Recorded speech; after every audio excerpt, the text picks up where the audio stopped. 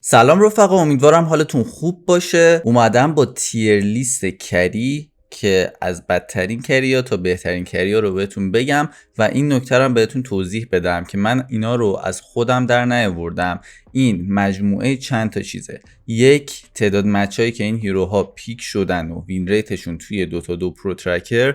دو، وین ریتشون توی برکت های مختلف و رنگ های مختلف. و سه، اینکه توی کوالیفایر ها مسابقاتی که الان هست برای انتخابی تی آی پیک میشن نمیشن، چقدر پیک میشن، چقدر بند میشن و مجموعه همه اینا رو من اطلاعاتش رو جمع کردم و توی این ویدیو خلاصه کردم و فکر میکنم این یکی از دقیق ترین تیر لیستاییه که الان توی یوتیوب میتونید پیدا کنید. خب بدون اینکه وقت رو تلف کنیم بریم سراغ اف تیر، بدترین کریا. و چون اینا اصلا به نظر من عموما هیروهای کری نیستن، خیلی سریع توضیح میدم و از روشون رد میشم.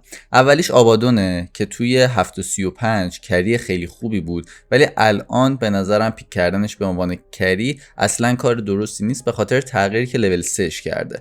قبلا لول 3 شو باید 4 تا اتک میدادید به انمی که انمی هم سایلنس بشه، هم دمیج پر سکند زیادی بخوره و هم اتک اسپید شما رو اون تارگت خیلی زیاد بشه. الان هم همون جوریه، فقط سایلنسر رو کلا از روش برداشتن و به جای اینکه 4 تا اتک بخواد با همون اتک اول فعال میشه. فقط مقادیر دمیج پر سکند و چیزای دیگهش خیلی کم شده و به نظرم اون لول 3 سابق نیست، قدرت سابق اون نداره که بخواید برای آبادون مثلا اکو سیبر رو منتا بخرید که اون شارژ سری پر بشه و هیرو دمیج زیادی بزنه. و در کل به نظرم آبادون الان به عنوان ساپورت خوبه، عالیه در واقع، ولی به عنوان کری اصلا من نمیپسندمش. بعدی جکیروه که با این بیلدی که جدیدن احتمالاً به چشتون خورده باشه دارن کری بازی میکنن. حتی دیدم یاتورو هم یه چند تا مچ بازی کرده بود. بیلدش هم میل استورم داره توش و دلیلش هم اینه که الان جکیرو به جای یه دونه اتک 2 تا اتک میده که هر کدوم از اتک ها نصف دمیجشو میزنن و چون 2 تا اتک میده، میل استورم هم 2 برابر شانس داره که پراک بشه و بخوره و به خاطر همین بعضیا رفتن سراغ جکیرو کری. ولی هیرو به عنوان کری اصلا خوب نیست، تایمینگاش اصلا خوب نیست، لاینش اوکیه خوبه، ولی بعد از اون هم سرعت فارمش خیلی پایینه به نظرم و همین که اسکیلش اونچنان مثل کریای دیگه خوب نیست و اکثر کریا آوت کری میکنن این هیرو رو، گیرش بندازن میمیره و همون جکیرای ساپورت رو بزنید بهتره به نظرم. بعدی نیچره که وقتی نیچر به عنوان پوزیشن 3 و در کل به عنوان کور هیروی خوبیه، کری هم میشه پلی داد و کری خوبی هم هست. وقتی که اینجوری نیست، کری خوبی هم نیست. الان نیچر به عنوان ساپورت هیروی اوکیه، ولی به عنوان کور اصلا قابلیت های یک کور رو نداره و با این حال که خیلی با دوش سری فارم میکنه، باز هم نمیتونه اون تأثیر رو با آیتمای زیادی که داره داشته باشه. خیلی راحت میمیره، دمیجش هم اونقدر که باید باشه به تناسب آیتماش نیست و نیچر الان به عنوان کری به نظرم اصلا آپشن خوبی نیستش. بعدی سایلنسره که با این فست سمت چپش که دیگه خودش سایلنس نمیشه، بعضیا به سرشون زده ماسک آف مدنس بخرن و هیرو رو کری کنن، ولی سایلنسر هیچ مکانیزمی برای فارم کردن نداره و حتی اگه میخواید کورش رو پلی بدید به نظرم ببریدش مید لین و سیف لین اصلا جای مناسبی برای سایلنسر نیست، چون هیچ جوره نمیتونه فارم سریع داشته باشه و شما هم نمیتونید براش آیتم مثل میل استورم رو بخرید چون ویچ بلید نیاز داره و 1000 تا آیتم دیگه برای زنده موندن مثل هوریکین پاک نیاز داره و اصلا آیتم فارمی هم نمیشه برای هیرو خرید و کلا سرعت فارمش برای یک کری افتضاحه. بعدی میراناه که با این فست جدیدش سولار فلر که به خودشو دوستاش اتک اسپید میده، بعضیا باز به سرشون زده که کری پلی بدن میرانا رو، ولی مشکل اصلی میرانا اچ پی آرمور خیلی کمیه که داره و خیلی راحت از فایت ها حذف میشه و حتی اگه آیتم های مناسب کری مثلا گلایپنیر یا میولنیر و اینجور چیزا رو هم بیاره، باز هم دمیج کافی نداره و میرانای کری هم به نظرم هنوز جا داره که بخواد وارد پچ بشه. بعدی بونتی هانتره که به خاطر نداشتن مکانیزم فارم بازم به نظرم اصلا کری جالبی نیست. و بعدی هم بریسل بکه که کریشو با این فست سمت چپش بازی میکنن که الان این فست این کارو میکنه که شیشتون به جای این که بهتون دمیج بده اتک اسپید میده. این تو تئوری چیز جالبی میتونه باشه که مثلا برای هیرو آیتمایی مثل بشر بتونید بگیرید و اتک اسپید زیادی داشته باشه، ولی در کل من خیلی نمیپسندم به خاطر اینکه باز به نظرم دمیجش محدوده، خیلی راحت کایت میشه این هیرو و خیلی راحت دست به سرش میکنن. بیلد درست حسابی هم من برای کری شخصا سراغ ندارم که مطمئن باشم بخواد جواب بده. بعدی هم لایکنه که به خاطر تالنت سمت راستش که دوتا اسپریت ولف میاره و اونا بهش دمیج میدن، خب شاید بشه کری بازی کرد. اول پچ خیلی ها فکر میکردن که میشه، بعدش که شروع کردن باش امتحان کردن بیلدای مختلف و مثل آرملت و اکو سیبر و چیزای دیگه، دیدن که نه، لایکان کری جواب نیست. دلیلش هم من بهتون توضیح میدم. لایکان وقتی به عنوان کری خوبه که وقتی شیش میزنه میدوه سمت اون یه نفری، اون نفر مرده حساب باشه، یعنی زور لایکان خیلی زیاد باشه و همه بترسن ازش و بخوان فرار کنن. یه مشکلی که الان لایکان داره متناسب با استاتش و اینجور چیزا اینه که وقتی لایکان شیش میزنه میدوه سمت یکی از کرای انمی، اون کره وای میسته میزنه لایکانو، یعنی نمیترسه از لایکان که بخواد فرار کنه که اوه این الان منو میکشه. اگه کری باشه که وای میسته میزنه لایکانو میکشه. سیاه هم خیلی هاشون تانکیان و نمیذارن که لایکان خیلی بهشون دمیج بزنه و اونا هم دمیج زیادی به لایکان میزنن و میدها هم یا خیلی تانکیان مثل لشرک و برمیگردن رو لایکان و یا مثل استورم و امبر و وید اسپیرت هن که خیلی راحت میتونن از دست لایکان فرار کنن و در کل این هیرو هم دمیج کافی برای کری بودن توی مید تا لیت گیم رو نداره. بعدی هم هاسکاره که با تغییری که دادن مانا رو برداشتن، فقط الان از هلسش کم میشه و این داستانا. جالب بود، تغییرا منطقی بود، با تناسب هیروی هاسکار میخوند، ولی هیرو قدرت زیادی نداره. لاینش خوبه، سرعت فارمش هم خوبه، ولی با آیتمای برابر، با نتورس برابر معمولا از کری انمی میخوره. معمولا که چه عرض کنم همیشه از کری انمی میخوره و هاسکار اگه میخواید پلی بدید به نظرم توی میدلین خیلی خیلی بهتره. آخری هم السیه که من همیشه از قدیم باش مشکل دارم. آقا السی هیرو فوق العاده ایه ولی کری نیستش، فارم اونجوری نداره و باید فعال باشه، باید با دوئلش فایت کنه، باید با دوئلش کیل بگیره و این متناسب پوزیشن 3 نه کری همچین نقشی تو بازی نداره و اگه السی عقب بیفته از بازی به عنوان کری دیگه هیچ راه برگشتی به بازی نداره. خب بریم سراغ دی تیر. اف تیرها که فاجعه ان، دی تیرها هم کریای بد حساب میشن. با سه تا هیروی سمت راست شروع کنیم: اسلاردار، نایت استاکر و آندرلورد. این سه تا هیروهای آفلینن که آفلینرهای خوبی هم هستن توی این پچ، به خاطر همین توی این لیست گذاشتمشون و به عنوان کری وقتی این سه تا هیرو پلی میشن، سورس اصلی دمیجشون، منبع اصلی دمیجشون اتک دستشونه، اتک میدن به انمی. آندرلورد به خاطر لول 3، نایت استاکر به خاطر اتک اسپیدی که توی شب میگیره، موومنت اسپیدی که تو شب میگیره و اسلاردار به خاطر بشش و لول 6ش میتونه با اتک دمیج زیادی بزنه. اسلاردار و نایت استاکر که بهترین آفلینرهای این پچ جورایی حساب میشن و توی پوزیشن کری هم بد نیستن، یعنی میشه بازیشون کرد به عنوان کری، ولی خب کری خوبی هم نیستن دیگه، به خاطر همینه که گذاشتمشون توی دی تیر، ولی با مفاهیم کری میخونن. مشکل اصلیشون هم مخصوصا نایت و اسلاردار سرعت فارم خیلی خیلی کمشون به نسبت کریای دیگه است. هیروی بعدی آرک واردنه که عموما آرک واردن بالاتر از دی تیره ولی توی این پچ آماراش افتضاحه.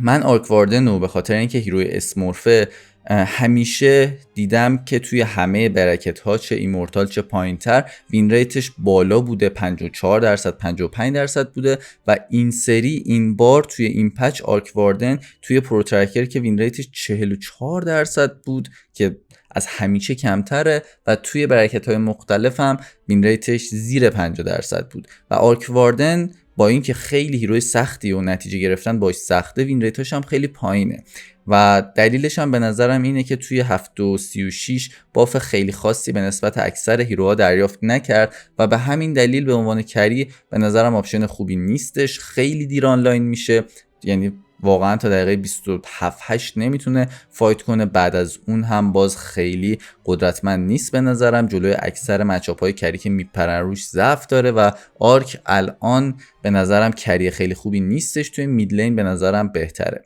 اسنایپر هم توی پچ قبلی وضعیت بهتری داشت، ولی الان به نظرم کریایی که خوب شدن و کلا هیروهایی که خوب شدن مثل امبر، مثل استورم خیلی دارن اذیتش میکنن و به عنوان کری خیلی سخته که این هیرو رو پیک کنید و باهاش بخواید بازیاتون رو ببرید، به خاطر اینکه کشتنش خیلی راحته و کری که سریع از فایت حذف شه یه جورایی تیم فایت برای تیمش تموم میشه و اسنایپر هم دقیقا همین جوریه. اولین تارگت اگه بمیره تیم فایت برای تیمش تموم میشه و بازی برای تیمش خیلی خیلی سخت میشه. پس اسنایپر هم به عنوان کری اصلا پیشنهاد نمیکنم. دوتا هیروی بعدی امبر و نکروفوسن که این دوتا هیرو در واقع هیروهای میدلینن. حالا نکرو 3 هم پیک میشه ولی در کل اینا برای میدلین خوبن. امبر که یکی از بهترین هیروهای میدلینه و به نظرم جفتشونو توی بازی مناسب میشه به عنوان کری پلی داد. بازی مناسب چه بازیه؟ بازی که شما یه میدلینری که دمیج فیزیکال به انمی بزنه و یه جورایی بتونه نقش کری رو اجرا کنه داشته باشید. مثلا اگه امبر کری میخواید پیک کنید باید یه هیروی مثل تمپلار اساسین مید یا شادوفیند فیزیکال میدتون باشه، وگرنه اگه بخواد میدلینرتون هم دمیج ماجیکال باشه شما هم امبر کری بازی کنید تیم انمی یه دونه پایپ میاره و کلا دمیج شما خیلی کم میشه توی بازی و نمیتونید خیلی رقابت کنید. دقیقا نکرو هم همین طوریه. نکرو لیت گیم ترسناکی هم داره، با هارت و آقانیمش خیلی میتونه توی لیت گیم اذیت کننده باشه. سرعت فارمش هم بعد از اینکه رادیانس میگیره خیلی خوبه.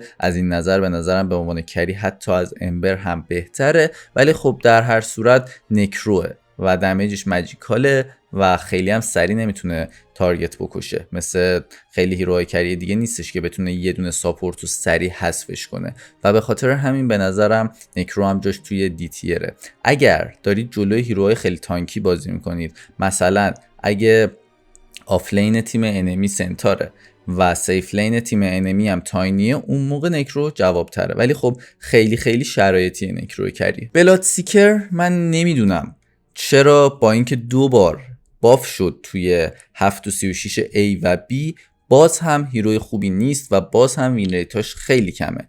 بین کریا توی 2 پروترکر کمترین وین ریت رو بلاد سیکر داره با 37% وین ریت و حس میکنم این هیرو تا وقتی که HP انمی کم نشه تبدیل به یه هیروی قوی نمیشه و خودش هم راهی نداره برای اینکه دمیج زیادی سری به یه نفر بزنه. از طرف دیگه به نظرم خیلی آسیب پذیره و وقتی که BKBش توی کولدانه خیلی راحت میمیره. خیلی هم به BKB نیاز داره و اگه از BKB درست استفاده نکنه واقعا نمیتونه فایت کنه. به خاطر همین آسیب پذیر بودنش و ضعفش وقتی که همه تیم انمی فول HP ان به نظرم خیلی هیروی خوبی نیستش الان، مخصوصا که الان تو این پچ هیروهایی که هیل میدن مثل آبادون، مثل آنداینگ هیروهای خوبی ان و بلاسیکر جلوی هیل هم ضعیفه. یهو موومنت اسپیدش کم میشه، سورپرایز میشه و یهو میتونن بگیرنش و بکشنش. اسپکتر هم واقعا وین ریتاش خوب نیستش، توی هیچ براکتی وین ریتاش خوب نیست و مشکل اصلی اسپکتر به نظرم سرعت فارمش قبل از رادیانسه. خیلی آرومه سرعت فارمش و یه مشکل دیگه ای هم که اسپکتر داره لاینشه. توی لاین ضعیفه و اکثرا لاین رو میبازه و هیچ راهی هم برای ریکاور کردن و برگشتن به بازی نداره و الان یه جوری هم شده انقدر توی دقایق 12 تا 20 بقیه هیروهای انمی قویان که اسپکتر یه جا هم 6 میزنه میره کیل میگیره میتونن برگردن و همونجا بکشنش و به خاطر همین به نظرم اسپکتر اصلا هیروی خوبی نیست. وین ریتاش هم پایینه و شما تا دقیقه 19-20 که رادیانستون بیاد، 18-19 که رادیانستون بیاد، واقعا هیچ راهی برای فارم ندارید. مجبورید بلید میل بگیرید که بلید میل هم باز نرف شد، ضعیفتر شد، پولش بیشتر شد و اسپکتر از همه جهت به نظرم ضربه خورده و الان هیروی نیستش که باش بشه راحت برد. هیروی بعدی موئرتاه که دلیل اصلی که به نظرم خوب نیستش در حال حاضر، حالا یه سری نرفا شد بعد از اینکه همه داشتن موئرتای کری پیک میکردن، ولی از اون به بعد از اینکه نرف شد خیلی افت کرد هیرو. به نظرم یکی از مهمترین دلایلش اینه که الان دمیج ماجیکال توی بازی خیلی قویه و خیلی زیاده. هیروهای مثل زئوس، مثل لشرک خیلی زیادن. آفلینرایی که بلید میل میخرن مثل LC، مثل اگز، مثل سنتار خیلی زیادن و این هیرو هم جلوی بلید میل مشکل داره، هم جلوی ماجیک دمیج مشکل داره، تو 6ش ماجیک دمیج میخوره و میمیره، و هم یول الان یکی از بهترین آیتمای پچه و اکثر هیروها دارن یول رو میخرن و موئرتا وقتی 6 میکنه خیلی راحت یولش میکنن، میدن بالا و همه از دستش فرار میکنن و خیلی راحت کایتش میکنن. ولی خب توی لیت گیم به نظرم کری بدی نیست و اگه آیتماش برسه میتونه توی های گراند خیلی تاثیرگذار باشه. بعدی فانتوم اساسینه که واقعا نابوده، یعنی واقعا زورش نمیرسه. نمیدونم واقعا چرا این بلا رو سر این هیرو آوردن. فستاش جفتش بده به نظر من و در کل هیرو ضعیفه به نظر من. هیرو واقعا چیز جالبی نیستش و قبلا فانتوم اساسین وقتی که فیوری و دزول و بیکی بیش میومد دیگه خیلی قوی میشد، از همه هیروهای مپ قوی تر میشد. الان با این تایمینگش هم حتی متوسطه و تو لیت گیم هم حتی دیگه اون فانتوم اساسین ترسناکه نیستش، خیلی متوسطه و به خاطر همینه به نظرم که انقدر وین ریتاش پایینه. لاینش هم ضعیفه، سرعت فارمش هم بدون فیوری ضعیفه و باید یه فکری برای این هیرو بکنن که یه مقداری بهتر بشه. 100% فانتوم به باف نیاز داره و الان اصلا قابل بازی کردن نیستش به عنوان فانتوم اساسین. و بعدی هم اسفنه. اسفن هم با اینکه 2 بار باف شد تو پچای گذشته ولی وین ریتش بالا نیومده و به نظرم دلیلش اینه که اسفن خیلی زیاد داره کایت میشه، خیلی میدوننش این ور اون ور و حتی با یک آیتم بیشتر نسبت به کری انمی به نظرم زورش بیشتر نیست. با اینکه سرعت فارمش خیلی زیاده ولی اون آیتم اضافه تازه هیرو رو به هیروی متوسط تبدیل میکنه. اسفن وقتای قویه که وقتی مثلا یه دونه ددالوس از انمی جلو میفته میتونه با اون ددالوسش خیلی کارا بکنه، ولی الان تا مید گیم که فقط باید فارم کنه، بعد از اون هم خیلی سختش فایت کردن. جلوی دمیج ماجیکال هم اسفن ضعیفه به نسبت و یکی از دلایلش هم شاید همین باشه. بریم سراغ سی تیر. من یه تغییری هم این وسط دادم، موئرتا رو آوردم توی سی به جای دی به خاطر اینکه واقعا فکر میکنم موئرتا هم از اسفن خیلی بهتره، هم از فانتوم خیلی بهتره، هم از بلاد خیلی بهتره، هم از اسنایپر خیلی بهتره، هم از اسپکتر خیلی بهتره. یعنی به نظرم موئرتاشون از همه اینا بهتره، پس لیاقتش اینه که جاش بالاتر باشه. هیروی سی تیر رو میریم سراغش، میپو که توی پچ قبلی اس تیر و ای تیر بود، خیلی نرف شد، چه آیتماش مثل دیسپرسر چه عددهای خودش نرف شدن و به نظرم توی میدلین میپو خیلی خیلی خیلی خیلی بهتره، مخصوصا با فست سمت چپیش که یه دونه میپو زودتر بهش میده و یه دونه میپو در کل بهش اضافه میکنه و تو لول 3 میتونه میپوشو بگیره. توی مید چون سری لول اپ میشه به نظرم میتونه از این قضیه خیلی سود ببره، ولی به عنوان کری به نظرم الان خیلی آپشن جوابی نیستش و یه مقدارم چون سخته اینجا گذاشتمش. اگر میپو پلیر هستید به نظرم میپو تیرش بالاتره و میتونید بیشتر نتیجه بگیرید، ولی چون هیرویه که واقعا سخت بازی باهاش و نتیجه گرفتن سخت باهاش گذاشتمش توی سی تیر. بعدی آنتی میجه که اگه جلوی مچاپ خوبی توی لاین بازی کنه و لاین رو ببره و فیوریش هم به موقع بیاره شاید بتونه نتیجه بگیره توی یک سری از بازی ها. و مشکلی که باهاش دارم اینه که بازم اکثر کریای قوی تر میزننش. مشکل اصلیم باش اینه که وقتی هم آیتماش میاد اینجوری نیست مثل قدیم که بیاد بخوره بازی و جمع کنه بره. به نظرم کم باف دریافت کرد توی این پچ و باف بیشتری نیاز داشت. توی پچ قبلی هیروی خوبی بود ولی توی این پچ وین ریتاش کلن روی 44-45% و جز همون کار قدیمیش که فارم سری و پوش سری خیلی کار زیادی نمیتونه بکنه. و یه مشکلی هم که جدیدن به نظرم آنتی میج بهش برخورده اینه که انقدر فارم زیاد شده تو مپ و انقدر فارم کردن راحت شده واسه کریای دیگه که آنتی میج با همون تایمی که میذاره به نسبت کری دیگه آنچنان بیشتر فارم نمیکنه. قبلا شاید وقتی پا به پای یک کری دیگه فارم میکرد 40% بیشتر فارم میکرد، الان شده هلوش 15% و اون 15% خیلی هم تاثیرگذار نیستش به نظرم و سر همین آنتی میج هم وین ریت های خوبی نداره و فستاش هم خیلی چنگی به دل نمیزنه. LD هم خیلی نرف شده، توی پچ های گذشته نرف های زیادی دریافت کرده و به خاطر همینه که به نظرم خیلی کریه جالبی نیستش. حالا تو پوزیشن سومید هم اونقدر طرفدار نداره به نسبت سابق، هیروی به نسبت سختی هم هست و مشکلی که توی بازی به عنوان کری معمولا برمیخوره اینه که به خاطر آیتم بیلدش که دیفیوزال بلید و هارپون و اینجور چیزاه یه مقدار سرعت فارمش از بقیه کریا کمتره و لیت گیمش هم یه مقدار ضعیفتره. به نظرم لوندرویدو اگر میخواید بازی کنید به عنوان کری، بیلد رادیانسشو بیشتر برید سراغش. فکر میکنم اونجوری بازی یه مقدار بهتر باشه. ولی مشکل اصلیش لیت گیمه. توی لیت گیم خیلی حرفی واسه گفتن نداره و خیلی نمیتونه اذیت کنه. خیلی هم سینگل تارگت و خیلی به یه نفر دمیج میزنه. یکی از مشکلاتش هم به نظرم اینه. توی ارلی گیم خیلی خوبه، تاور یکا رو خیلی خوب میگیره، ولی بازی معمولا انقدر طول میکشه که لوندروید یه مقدار دراپ میشه. برود مادر هم یه جورای شبیه لوندرویده و توی ارلی گیم و مید گیم بهتره. توی لیت گیم قدرتش کم میشه، ضعیفتر میشه واقعا. بیلدی هم که باید براش برید توش حتما بلاتورن بیارید. به نظرم هارپون بلاتورن اصلا یکی از بهترین بیلداشه. هارپون بی کی بی بلاتورن و با این سه تا آیتم میتونه دمیج زیادی بزنه. برعکس لوندروید سرعت فارمش وحشتناک زیاده، ولی مشکلش اینه که از اون فارم تو لیت گیم خیلی نمیتونه استفاده خاصی کنه و خیلی چنگی به دل نمیزنه. در کل هیروی بعدی آلکمیسته که یه مقدار آلکمیستم به خاطر اینکه تو لیت گیم دراپ میشه گذاشتمش توی سی تیر، چون که واقعا این مشکل هست.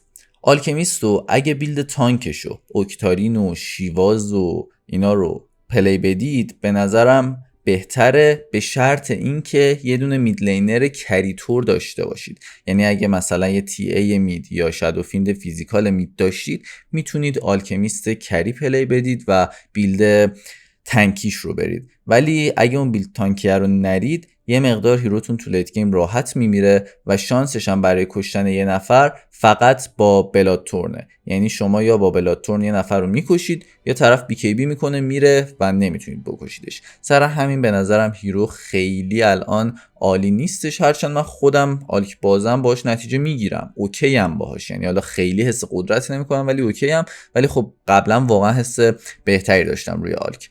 ترور بلید مشکلش به نظرم این فسط سمت راستشی که HP از خودش کم میکنه. نمیفهمم چرا باید اینطوری باشه. حقیقتشو بخواید که ازش HP کم کنه و ایلوژناش فول HP باشن، من خیلی با این قضیه حال نمیکنم شخصا و فکر نمی کنم خیلی ایده جالبی باشه. کلن هم هیرو سخت نتیجه گرفتن باش، خیلی راحت کایتش میکنن و با دمیج ماجیکال هم راحت میمیره به نسبت، و چون فستش هم به نظرم چیز خیلی جالبی نیست گذاشتمش توی سی تیر. وین ریت و پیک ریت خیلی بالایی هم نداره، در واقع وین ریت و پیک ریت خیلی پایینی داره. خیلی هم هیروی تیمیه و توی سولو رنک معمولا ترور بلید به کار نمیاد خیلی.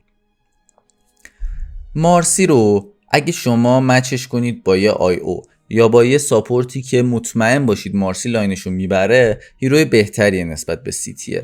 ولی در کل مارسی هم مثل آلکمیست، مثل برود مادر، مثل لوندروید و حتی مثل میپو به نظرم توی لیت گیم یه مقدار ضعیفه به نسبت کریای دیگه، و چون بازی ها میره لیت گیم مارسی خیلی جالب نیست. بازی باهاش سخته، میدونید برد باهاش سخته. باید همه کارو درست انجام بدی با مارسی اگه میخوای ببری و هیچ جا نباید سوتی بدی که یه وقت تیم حریف برگرده به بازی، چون اگه برگرده تیم حریف به بازی دیگه برای تو خیلی خیلی سخت میشه و دیگه هیروتون قدرتو نداره. یا باید با مارسی کلا اسنوبال کنید، برید رنده کنید، یا اینکه یه ذره سخت نتیجه گرفتن باش. ریزور هم هیرویه که بیشتر برای کانتر کردن پیک میشه. اگه تونستید با ریزور کری انمی رو کانتر کنید، ریزور تیرش بالاتره. اگه نه کری انمی مثلا بیلینک داشت یا مثلا اسلارک بود میتونست با دوش بپره بره،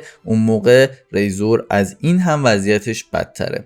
ریزور مخصوصا وقتای خوبه که یه میدلینر دیگه داشته باشید که دمیج زیادی به تیمتون بده، مثلا همون تی ای و اس اف که گفتم، یا مثلا لشرک یا مثلا زئوس که بتونه دمیج اورا و گروهی زیاد به تیمتون بده، چون ریزر خیلی سینگل تارگته و خیلی یه نفر رو تحت تاثیر قرار میده و سعی میکنه یه نفر رو از فایت حذف کنه. برای اون کار هیروی خوبیه، هرچند سخته یه مقدار شما توی یه فایت لینک وصل کنید، لینکتون قطع شه همون لحظه، دیگه از کجا میخواید دمیج بیارید بزنید و کلا هیروی سختیه برای نتیجه گرفتن. لشرک نمیدونم دیدید یا نه، لیت گیمش خیلی قویه، مید گیم تا لیت گیمش در واقع خیلی قویه و هم خیلی تنکی میشه هم خیلی دمیج میزنه و هیرویی هم هست که سرعت فارمش خیلی خوبه، یعنی همه معیارای لشرک با کری خوب میخونه بجز این که منبع اصلی دمیجش فیزیکال نیست، ماجیکاله. لشرک لاین خیلی خوبی هم داره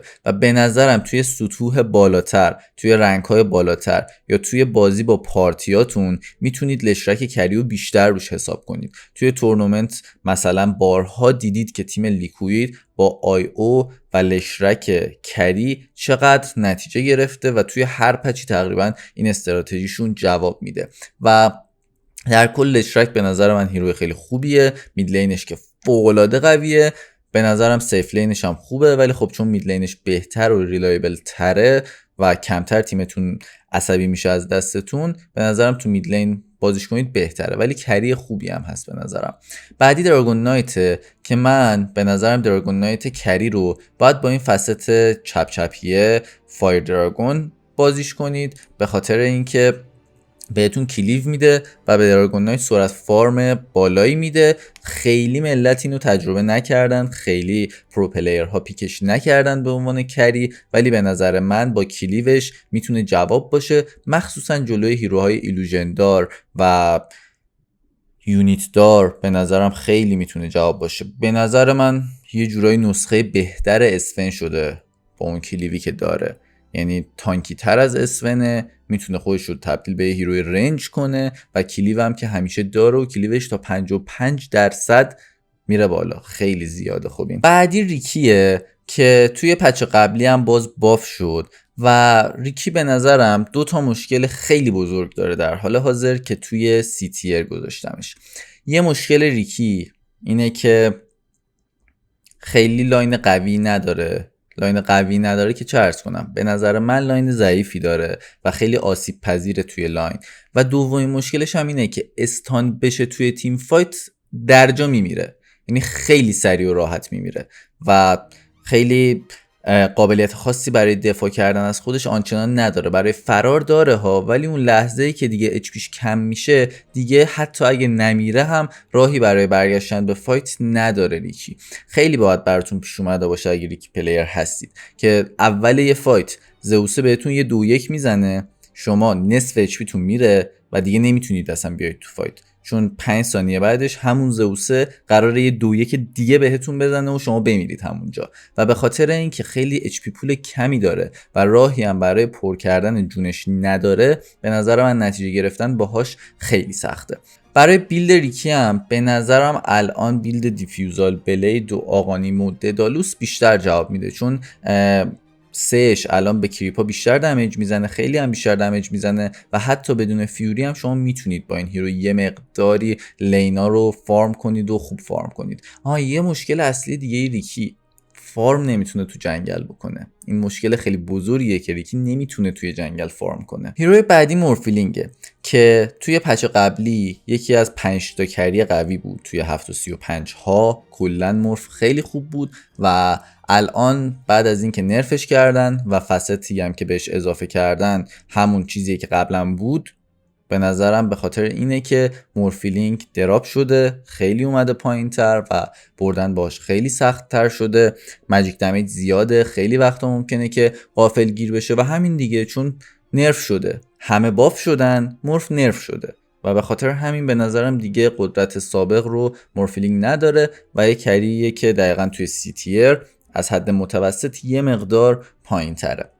بعدی هم لونا که لونا هم نابود شد با نرفایی که شد، خیلی نرفش کردن لونا رو هم و لونا و مورف و وید و لایف استیلر پچ قبل تا جایی که یادمه بهترین کریا بودن و مورفیلینگ و لونا رو با نرفایی که کردن نابودشون کردن و دیگه اون قدرت قبلی و این دوتا هیرو ندارن و برای اینکه برگردن به متا نیاز به باف بیشتری دارن. به نظرم درا یه مشکل بزرگ و عمده داره، اونم دقیقه 10 به بعده. تا دقیقه 9 8 9 10 که شما معمولا توی لاینید، اگر لاین رو ببازید که دیگه خیلی وضعیت براتون بد میشه و زودتر به درد سر میافتید. ولی حتی اگه لاینتون هم اوکی باشه، شما بعد از اینکه لاین تمام میشه میخواید برید جنگل فارم کنید، چجوری میخواید جنگل فارم کنید؟ با مالتی شاتتون هنوز با اینکه 0 تالیسمان هم براش میخرن مانا کم میاره که بخواد واسه هر کدوم از کمپا مالتی شات بزنه و خیلی کم از مالتی شاتش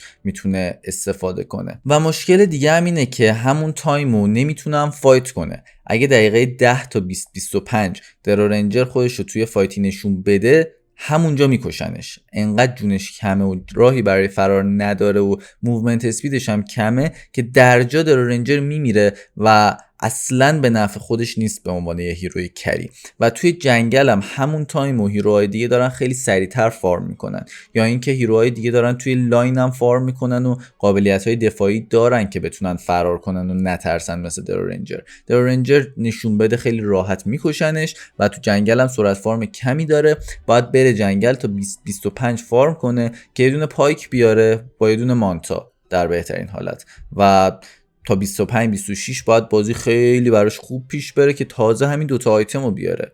همین لونایی که بغلش هست، تایمینگ لنس و منتاش دقیقه 19، این تقریبا دقیقه 23 این تایمینگش و خیلی فرق داره با هم دیگه. همون تایم و بقیه دارن گلد بیشتری به دست میارن با ریسک کمتر. به نظرم مشکل اصلی درو رنجر فارمشه، مخصوصا توی جنگل، ولی خب لیت گیمش وحشتناکه. یعنی شما با درو رنجر بتونید به آیتم برسید، بتونید به 4 تا آیتم برسید، اونجا دیگه هیرو خیلی قویه. مشکل اینه که رسیدن به اون 4 تا آیتم با درو خیلی کار سختی شده. آخریش لیناه که من توی لینا یه مشکل بزرگ میبینم. حالا این سیتیرها مشکل همشون رو دارم بهتون میگم و هیچ کدومشون هم چیز خیلی خاص و قوی و عجیب غریبی ندارن که بخواد قویشون کنه. بیشتر همه چیشون معمولیه، یه چیز ضعیف دارن. حالا لینا مشکل اصلیش چیه؟ اینه که چه توی مید گیم، چه توی ارلی گیم، چه توی لیت گیم بگیرنش مرده. این برای کری بده. یه جورایی مثل اسنایپر میمونه. دمیج لینا زیاده مثل اسنایپر، لاینش خوبه مثل اسنایپر، سرعت فارمش اوکیه مثل اسنایپر، ولی بگیرنش کار تمومه. این بده. حالا چرا اسنایپر رو گذاشتم دی تیر، لینا رو گذاشتم سی تیر؟ چون لینا کنترل بهتون میده و ماجیک دمیج هم بهتون میده. یعنی هم دمیج میکس اپ میده بهتون، هم یه استان میده بهتون که کنترل خوبه. گلایپنیر هم میاره که کنترل رو بیشتر هم میکنه. بخاطر همین نسبت به اسنایپر هیروی بهتریه، ولی بگیرنش مرده. شما فرض کنید یه کیاس نایت 6 هم زده، یه 2 به لینا بزنه، لینا مرده، اصلا راهی دیگه برای ادامه زندگی نداره. خیلی خوب، بریم سراغ بی تیر. هیروهایی که خوبن، اوکیان. به نظر من اینا هیروهای اوکی و قابل قبولیان. قوی نیستن ولی کاملا اوکیان. از سمت راست فیسلس وید شروع کنیم. وید یه فست خوب دریافت کرد که فست سمت چپیشه. شما وقتی که یک میزنید تا 1 ثانیه بعدش هم هیچ دمیجی دریافت نمی کنید که خب چیز باحال و جالبیه. یه مقدار نرف شد به خاطر اینکه جزو کریای خیلی خفن پچ قبل بود، ولی در کل به نظرم هیروی سالید و قابل قبولیه. وید شاید یه مشکلاتی داشته باشه ولی یه نقطه قوت خیلی بزرگ داره به اسم کرونو همیشه کرونوه، به خاطر همین وید هم همیشه ویده. میدونید منظورم چیه؟ منظورم اینه که کرونو چون خیلی اوپیه و خیلی بازی رو عوض میکنه و توی لیت گیم به شدت قویه، پس وید هم میشه ازش نتیجه گرفت. شاید یه مقدار سخت تر باشه نسبت به قبل، ولی هنوز هیروی قابل قبولیه، مخصوصا اگه تو بازی مناسبش پیک کنید و استان و کنترل براتون کم داشته باشن که دیگه وید خیلی فوق العاده میشه و خیلی کشتنش هم سخت میشه. بیلدش هم همچنان همون بیلد مدنس و میل استورم و بی کی بی و میولنی رو همون آیتمای سابقشه. بعدی ناگا سایرنه که باز ناگا هم یه کاریو فوق‌العاده انجام میده، اونم همیشه این کارو فوق‌العاده انجام میده و به خاطر همین خوبه. چیه اون کار؟ اسپلیت پوش و فارم خیلی سریع. شما اگه این دوتا کار رو با ناگا بتونید خوب انجام بدید، هیروی سالید و اوکیه. توی لیت گیم هم قویه، شیشش هم همیشه یه لول خیلی خوبه که میتونه همیشه خودشون نجات بده، هر وقت اومدن روش خیلی ریلکس شیش بزنه تیپی کنه و در کل هیروی اوکی و سالیدی ناگا به نظرم برای بردن بازی‌ها خوبه، مخصوصا به نظر من تو رنک های پایینتر بهتره. یه چیزی هم راجع به ناگا هستش که اگه کانترش تو بازی نباشه هیروی خیلی خیلی بهتری میشه. الان یکی از دلایلی که ناگا A تیر نیست و B تیره اینه که لشرک خیلی تو بازی خوبه، زئوس خیلی تو بازی خوبه، امبر خیلی تو بازی خوبه و همه اینها ناگا رو یه جورایی کنسلش میکنن. هیروی بعدی هم PL که شبیه ناگا جلوی این دمیجای AoE ضعیفه و به خاطر همینه که توی B تیره، وگرنه فانتوم لنسر هم میتونست توی A تیر باشه. برای هم فانتوم لنسر هم برای ناگا یه تایمینگی خیلی مهمه، اونم تایمینگ بلادتورنه که شما آیتمای منتا و اورکیدو با حالا لنسر آقانیم و هارتو داشته باشید، بعدش بلادتورنتون هم کامل کنید. وقتی بلادتورن دستتون میرسه میزنید، ذوب میکنید، با لنسر که بد ذوب میکنید چون تعداد ایلوژناش هم بیشتره، خیلی بد ذوب میکنه و این دوتا هیرو اگه تو بازی مناسبشون باشن حتی A تیر هم هستن. اگه توی بازی بد براشون باشه، مثلا جلوی اسون و زئوس بخوان بازی کنن، طبیعتاً به جای A تیر میرن تو C تیر، اصلا B تیر هم نمیشن C تیر. شرایطی یه مقدار پیک این دوتا هیرو. بعدی اسلارکه که من با این فست سمت راستش حال میکنم، با فست سمت چپش هم حال میکنم. به نظرم دوتا فستش اوکیه و یه باف خیلی خوبی هم اسلارک دریافت کرد که اون هم اینه که دیگه با فورس نمیشه از پاونسش در رفت، که این هم به نظرم یه نقطه قوتی بود توی هیرو. حالا از مشکلاتش بگم، مشکل اصلیش به نظرم اینه که برست میشه، یه جا اشتباه کنه استان بشه همونجا تمامش میکنن، سرشو قطع میکنن و به خاطر این به نظرم تیرش بالاتر نیست. لاینش اوکیه، فارمش هم به نظر من اوکیه، به خاطر ویژنی که میگیره میتونه خیلی سیف فارم کنه. حالا شاید خیلی سری نباشه ولی خیلی سیف فارمشو. در کل هیروی اوکی و جوابیه. برای بیلدش هم به نظر من هنوز دیفیوزال بلید فوق‌العاده است و میج اسلیر هم به نظر من فوق‌العاده است. میتونید یکیشو اسکیپ کنید ولی جفتش آیتمای خوبی و بعد از اینا هم حتما باید آقانیم داشته باشه. بدون آقانیم اسلارک هیروی بدیه، با آقانیمشه که هیروی خوبیه. هیروی بعدی جایرو کاپتره که سرعت فارمش وحشتناکه، لاینش هم به نظر من خیلی قویه و مشکلی که باش دارم که بالاتر نذاشتمش توی A تیر و S تیر نذاشتمش اینه که تایمینگ ددالوس و ستانیک براش خیلی مهمه. قبل از این دوتا آیتم اونقدر حس قدرت نداره، بعد از این دوتا آیتمی که تازه جون میگیره و میتونه واقعا کری کنه بازیو و خیلی هم طول میکشه تا این دوتا آیتم علاوه بر آقانیم به دستش برسن، تازه اگه BKB نیاز نداشته باشه و دلیلش به نظر من اینه که B تیره ولی کری خوبیه و میتونید جایرو رو پیک کنید، کری بدی نیست اصلا. کلینکس، راجب کلینکس یه صحبتی دارم من. کلینکس یه مشکل بزرگ داره، اونم سرعت فارمشه، ولی از اون ور چون توی کار دیگه خیلی خوبه به نظرم کاملا B تیر هستش. کار دیگه چیه؟ کیل گرفتن و فعال و اکتیو بودن بدون اینکه بمیره. کلینکس از اون کریایی که خیلی میتونه خوب و زود جوین بده. یعنی تا الان بذارید ببینیم کری که به فعالی کلینکس باشه یه دونه لوندرویده، یه دونه مارسیه، یه دونه ریزوره، اینا هم که آفلینرن تقریبا و همین، فقط همینا میتونن در حد کلینکس به نظر من فعال باشن و مخصوصا توی کیل گرفتن خیلی کلینکس خوبه چون میتونه کیل رو خودش هم ستاپ کنه.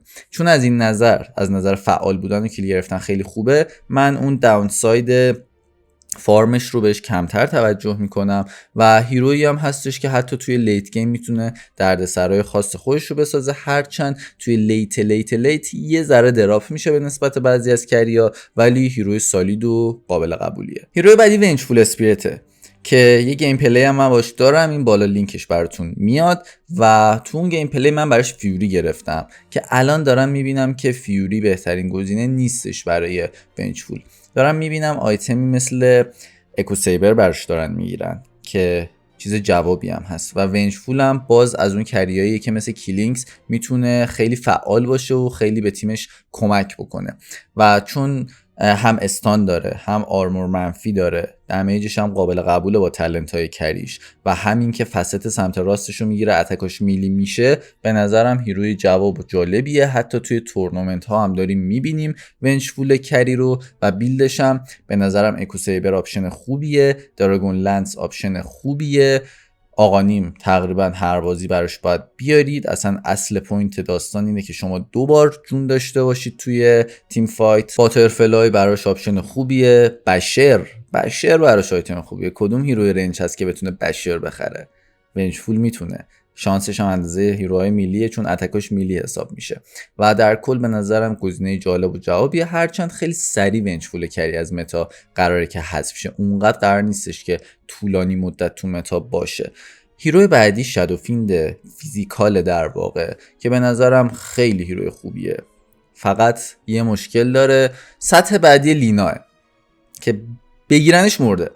باز نسبت به لینا یه راه برای فرار کردن داره، اونم 6شه.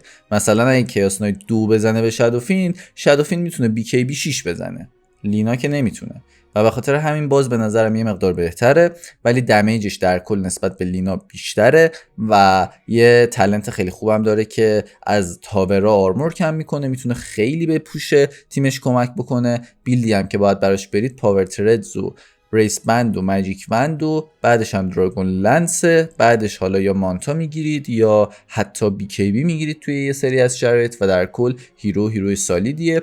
مخصوصا با این فیست آف سولز هم که بهش اضافه کردن که بهش 70 تا اتک اسپید میده، به نظرم خیلی از قبل بهتره. و آخرین هیروی بی تیر وین رنجره که توی 2 پرو ترکر با اینکه خیلی زیاد پیک نشده ولی 55% وین ریت داره.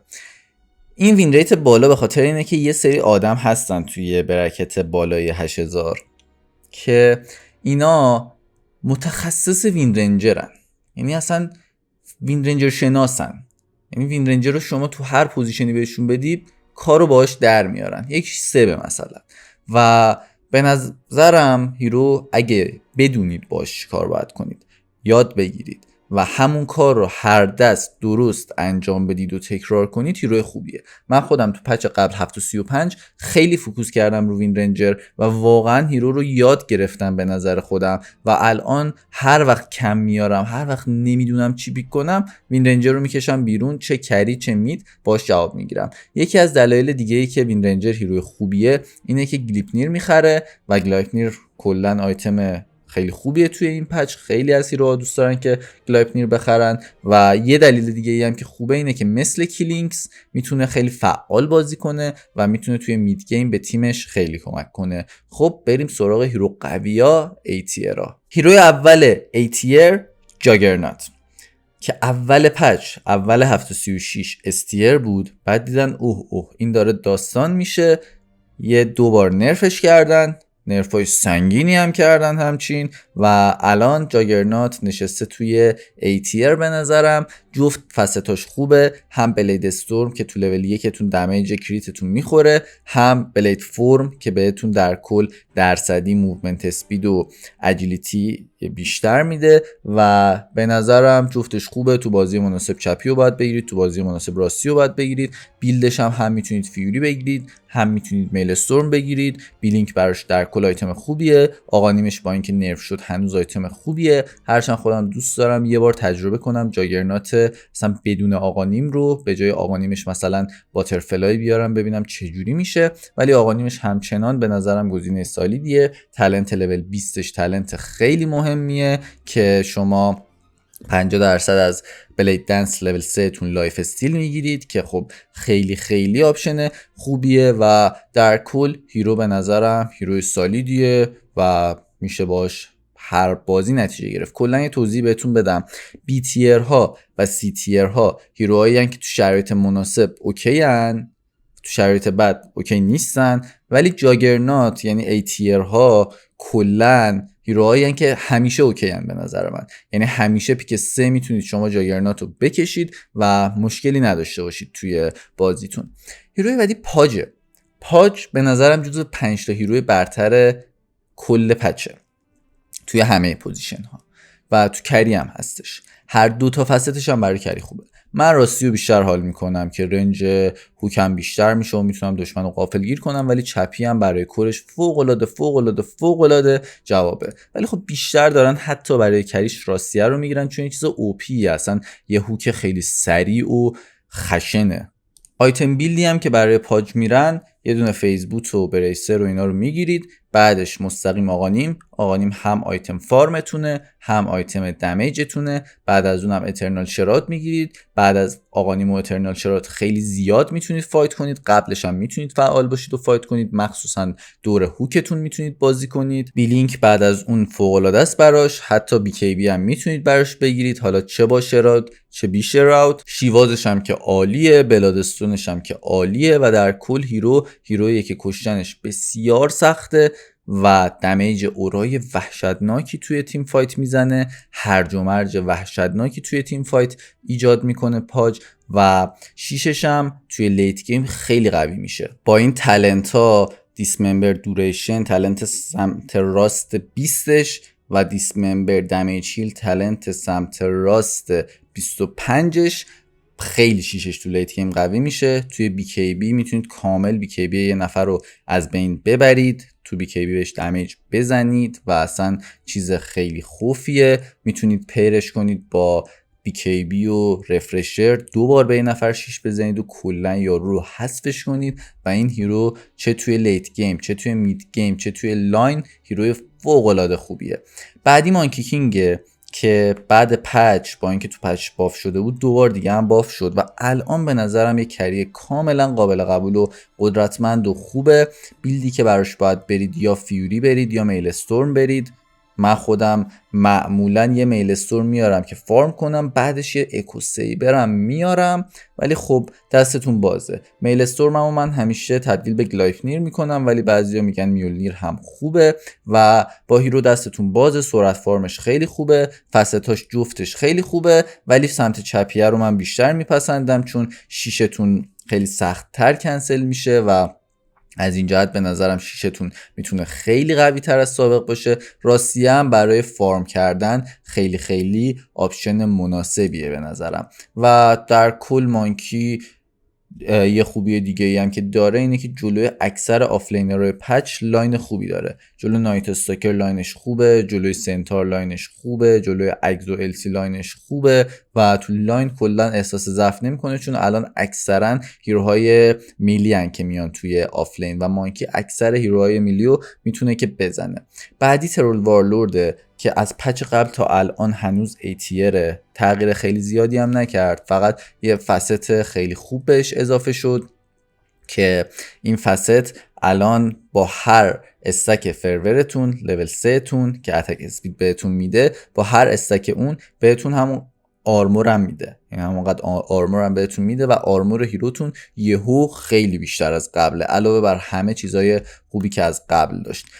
برای ترول هم مثل MK و جاگرنات هم میتونید فیوری ببندید، هم میتونید میل استورم ببندید. همچنان میولنیر ترول دمیج خیلی بیشتری میزنه نسبت به فیوری، ولی فیوری بهتون مانا ریجن و اچ پی ریجن میده و از این جهت یه مقدار بهتره. بستگی به بازیتون داره، بستگی به طرز بازی خودتون داره که کدوم آیتم رو انتخاب کنید. شاردش همچنان فوق العاده است، اگه به بی کی بی بشر برسید خیلی میتونید اذیت کننده باشید و سنجن یاشا هم براش آیتم خیلی خوبیه. کلا هم برای جاگرنات هم برای مانکی کینگ هم برای ترول سنجن یاشا خیلی خوبه چون ترول با 6 جون پر میکنه، مانکی با جینگو مستریش جون پر میکنه و جاگرنات با تالنت لول 20 و هیلینگ واردش جون پر میکنه و سنج هیل هر ستای اینها رو افزایش میده. سنج کلا آیتم خوبیه. سنجن یاشا حتی برای پاج، مثلا سنج و کایا برای پاج میتونه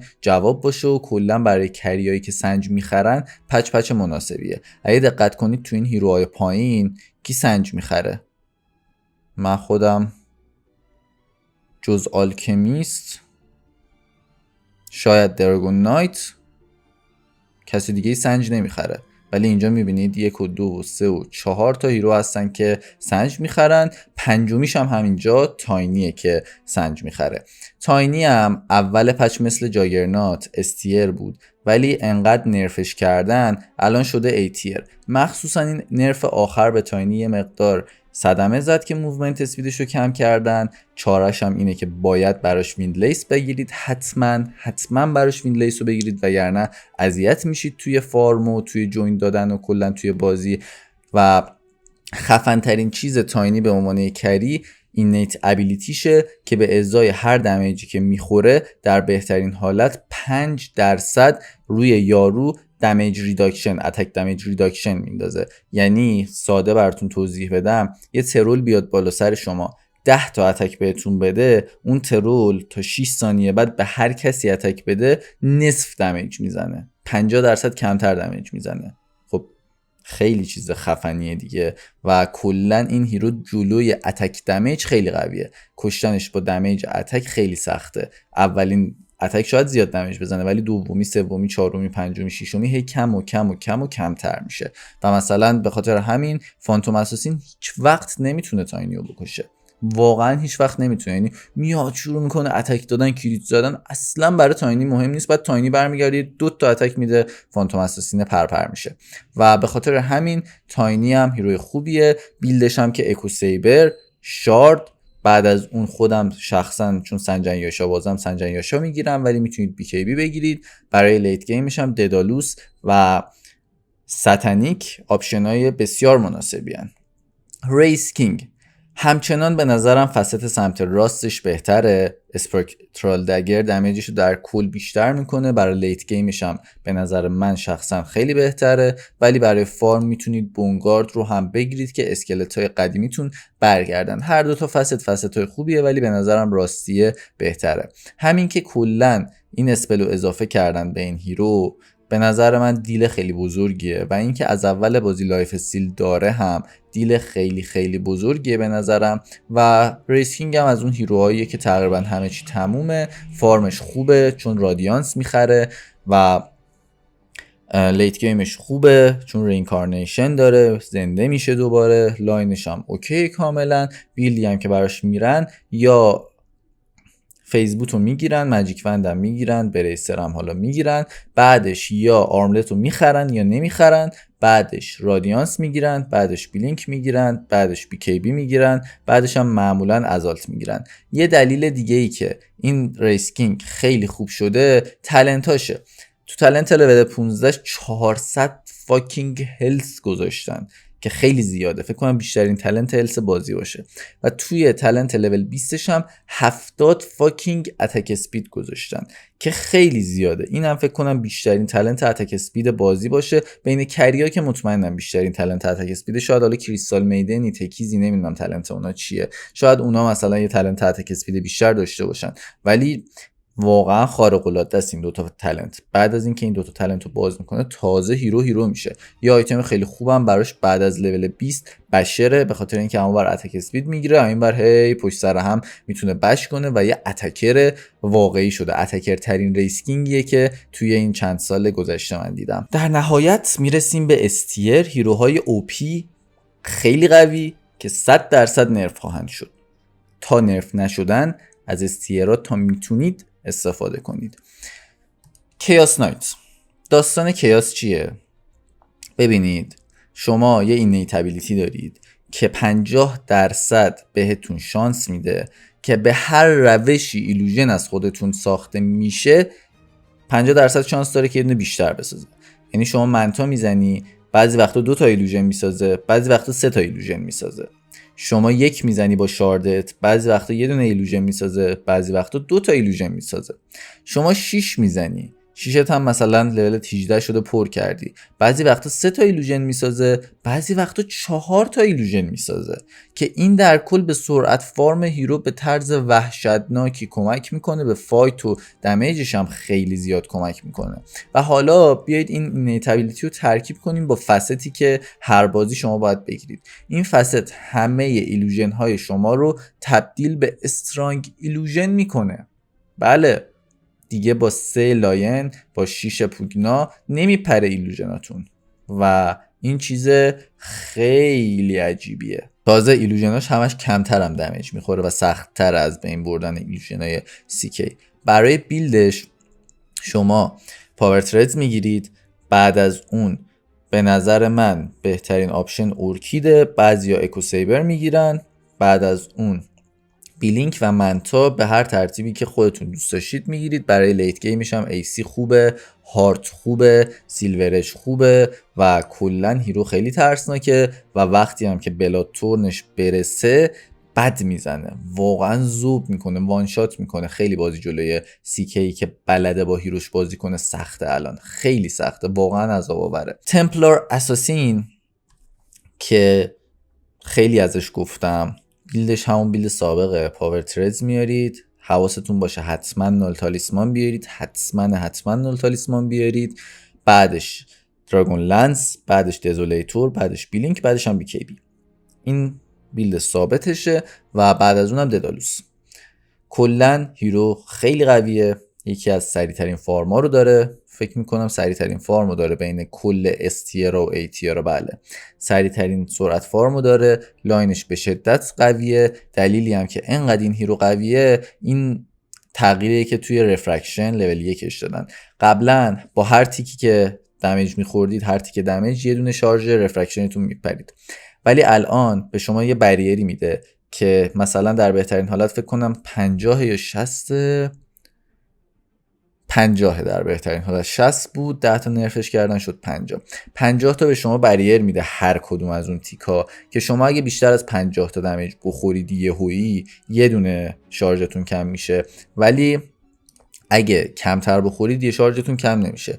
یعنی دیگه با دمیج پر سکند و دمیجی که از کریپ ها میخورید رفرکشنتون نمیپره. یه فست هم داره رفرکتور که به ازای هر شارژی که رفرکشنتون کم میشه، اون شیلده کم میشه، شارژ دمیج بهتون میده، که این هم چیز خیلی خیلی خیلی خفن و عجیب غریبیه. و شما مثلا 5 تا شارژ داره رفرکشنتون، درست میگم آره، 5 تا شارژ داره، اگه اون 5 تا رو ضربه بزنن ضربتون برداشته بشه، شارژ اتکتون 10 تا میشه. 5 تا از اول داده، 5 تا هم به ازای هر کدوم از اون شیلدا که کم شده داده، شده 10 تا شارژ اتک دمیج چند تاییه لعنتی، 80 تا اتک دمیجه که تازه تالنت هم داره، 80 تاش میشه 105 تا اتک دمیج مفت علاوه بر شیلد مفت. یعنی رفرکشن خیلی چیز خفنیه به نظرم.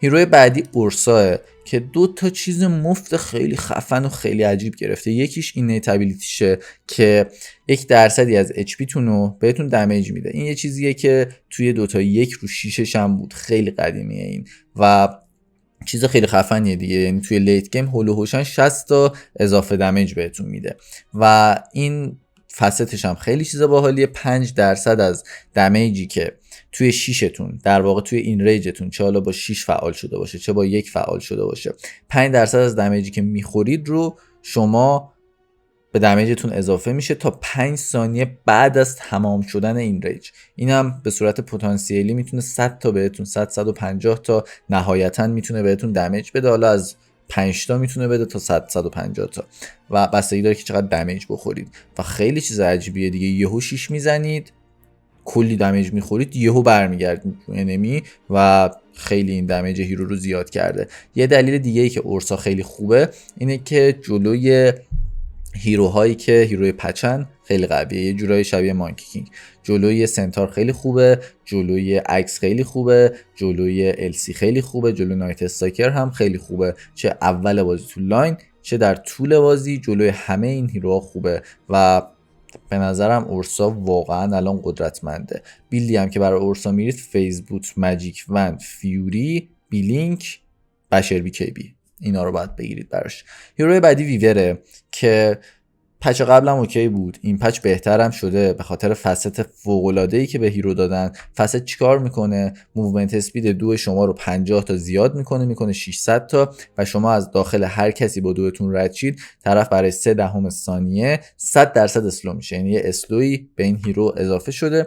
علاوه بر اون یه چیز خفنی که داره اینه که لول 1 شما هم شوکوچیتون رو باز میکنید، هم جمینایت اتکتون رو دارید و این که لول 1 لول 2 و 2 تا اسپلتون رو دارید به لاینتون خیلی خیلی کمک میکنه. تی ای هم یه قضیه‌ای که خیلی ازش نفع میبره همینه که لول 1 سایبلیدشو داره، ملدش هم میگیره و 2 تا اسپل داره لول 1. این خیلی به این دوتا هیرو کمک کرده. برای ویور هم بیلدی که میرید پاور ترز میگیرید، برای ماناش یا نول تالیسمان میگیرید یا فالکون بلید میگیرید، بعد از اون میل استورم میگیرید، دراگون لنس میگیرید، بعدش میل استورمتون رو میکنید گلایپنیر، بعد از اون هم میتونید بی کی بی بگیرید و برای دمیجش هم ددالوس خیلی آیتم خوبیه. برای اینکه توی لیت گیم نمیره هم ساتانیک خیلی خیلی آیتم خوبیه.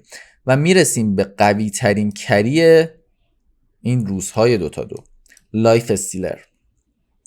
این فصلش خیلی چیز عجیبیه بچه‌ها. شما هر یونیتی که بکشید، چه دینای کنید، چه لسید بزنید، چه هیرو باشه، چه هر چی باشه، چه 2 کلاک ورک باشه، هر چی باشه 2 تا اچ پی برای همیشه میگیرید. من یه دست با این هیرو بازی کردم، توی 50 دقیقه هولوشن 1100 تا اچ پی اضافی داشتم. یعنی این هیرو داره اچ پی فارم میکنه عملا. علاوه بر اون رادیانس یکی از بهترین آیتم‌های پچ از وقتی که 20% میس شانس میده و این هیرو دوست داره که رادیانس بخره.